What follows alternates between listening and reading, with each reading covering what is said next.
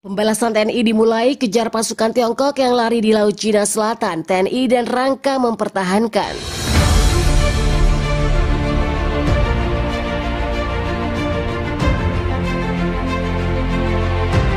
Welcome back sahabat dunia. Dan tanpa basa-basi langsung saja pakai handset kalian, naikin volume sampai meledak HP kalian.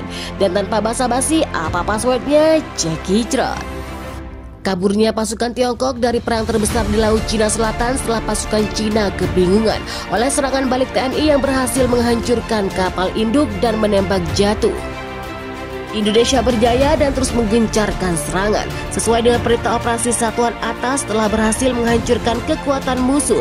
Prajurit Resimen Kavalier 2 Marinir TNI Angkatan Laut kembali melanjutkan pergerakannya dalam melakukan serangan balasan kepada Cina dan bergabung dengan Denjaka di garis depan untuk memburu pasukan Tiongkok yang lari ketakutan. Upaya Cina dalam melumpuhkan Indonesia dipastikan gagal total setelah sebelumnya sok jago menantang perang dan menyerang TNI. Saat negosiasi antara Cina, Indonesia, Malaysia membawa kabur Anwar Ibrahim dari sergapan Kopassus di Kuala Lumpur.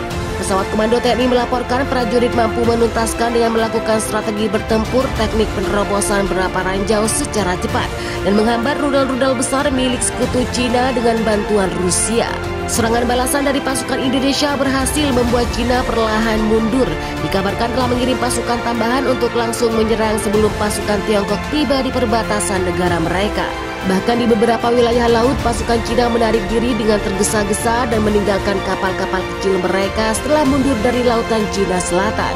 Pesawat komando bahkan mencatat pasukan TNI di garis depan saat ini hanya berjarak 50 km dari pantai negara Cina. Serangan balasan Indonesia berharap Cina membuat Indonesia kesal dan menyerukan Barat untuk segera merealisasikan janji pengiriman senjata artileri untuk mendukung mereka termasuk Amerika, Jerman, dan Inggris. Xi Jinping dikabarkan telah berulang kali mendesak Barat untuk masuk senjata yang lebih canggih untuk membantunya menangkai serangan yang akan Indonesia lancarkan agar tidak seperti Malaysia. Kejar-kejaran di laut atau di jalur laut menjadi semakin sengit ketika berhasil serangan mereka melalui jalur udara dan mengenai telak salah satu kapal Cina yang kabur ke negaranya. Wartawan terkemuka dan mengikuti pasukan Cina menulis bahwa pasukan TNI menembaki rute pasokan utama Cina ke perbatasan melalui jalur udara. Ini bukan pengepungan total, tapi suplai normal di sepanjang rute. Tidak mungkin, ini sangat penting untuk pertahanan, katanya. Cina Selatan menjadikan sinyal kuat dimulainya Perang Dunia Ketiga. Cina yang awalnya sombong dengan serangan rudal besar yang dibantu oleh Jerman dan Inggris seketika gagal oleh pangkalan rudal Rusia. Rudal dibalas rudal, jeritan dan sorakan kedua negara sama tidak mau mengalah dan terus melakukan serangan.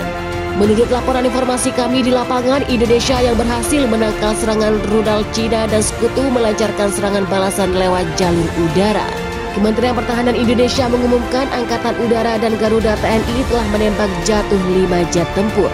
Dalam pengumumannya, kementerian mengatakan kelima jet tempur Cina itu adalah salah satu pesawat tempur serang Su-24, satu pesawat tempur super variabel Su-27, satu pesawat tempur MiG-29, dan 2 pesawat tempur Su-25.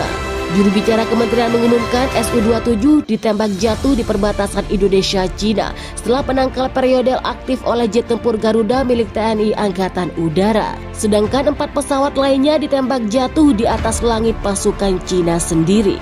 Jadi gimana nih pendapat Sobat Rebaners tentang ulasan tersebut? Silahkan komentar dan bertumbuh kalian. Saya pamit, jangan semangat, tetap jadi beban keluarga dan salam pengangguran.